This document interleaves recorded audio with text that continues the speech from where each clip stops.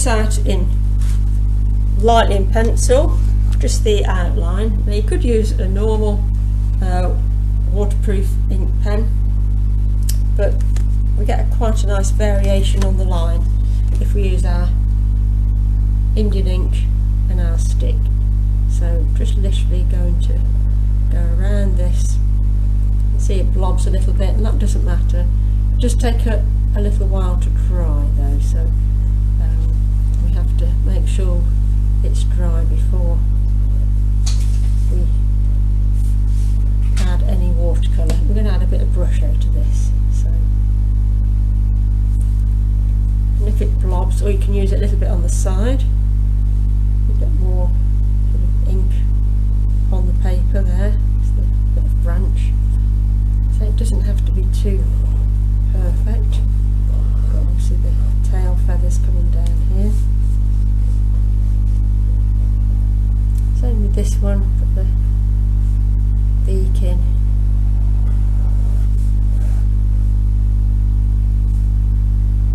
Ooh, just blob sometimes, got a big blob on his beak now.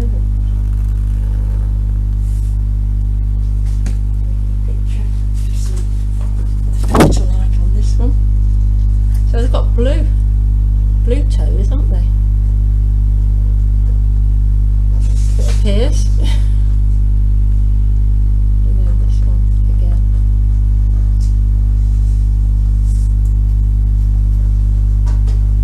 And then the tail feathers down here, so you've got a bit more onto here.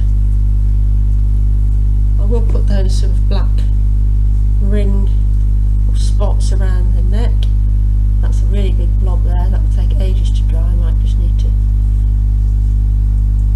take a little bit of that ink off. Suppose these are a bit like their fingerprints, are they?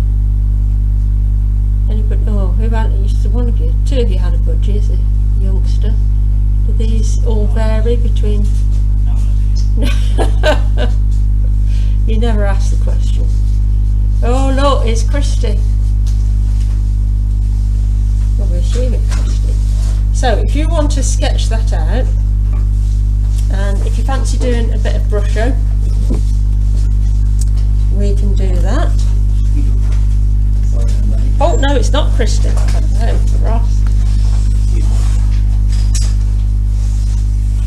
So I'm going to have to let that dry for a bit, because Indian ink does take a little bit longer. So. Right, so I have got my ink ones, and I've done a thick marker pen one as well. So what I'm going to do is I'm going to wet the bird all over.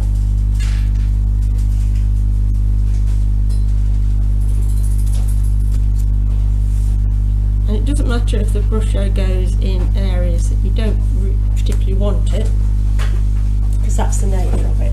So it comes in little pots like this.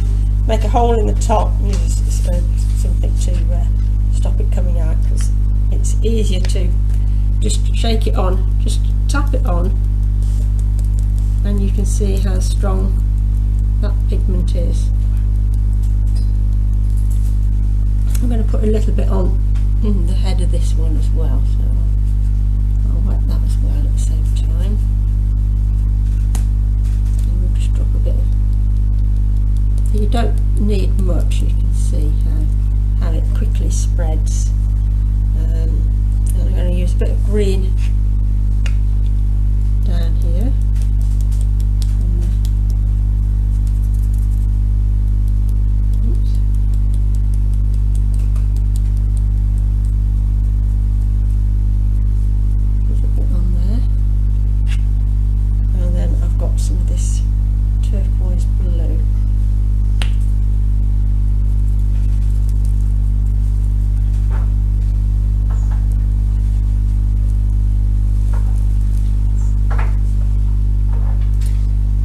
To add any more water, we can give it a bit of a spray.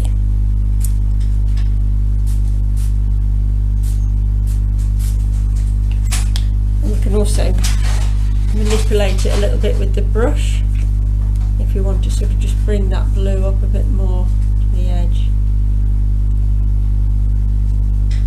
We can move it around. If it goes over, it doesn't matter. Down there a bit. We get it nicely merging. Just bring that round to there as well. It gives a very sort of loose feel to it. I'll put some blue on the feet there, and then we can just let that. It takes a while to dry again, just like the Indian ink. This one, if we're going to just do this in watercolour, again I could start off with a good strong sort of yellowy mix, and then begin to add a bit of green as it comes down the body, so keeping it wet so it merges and we get this sort of blended effect. Again, we're not trying to be too particular with it. If you want to splash a bit of paint around as well, you can flick it with your paintbrush. Get some mini paintbrush, I'll get a bit of that green, flick that around. Just makes it nice and sort of loose and more stylised version than the one we did last week. So again, we put those on one side, let those dry, and we can perhaps put a background, let's put some colour onto the branch. So that's that one.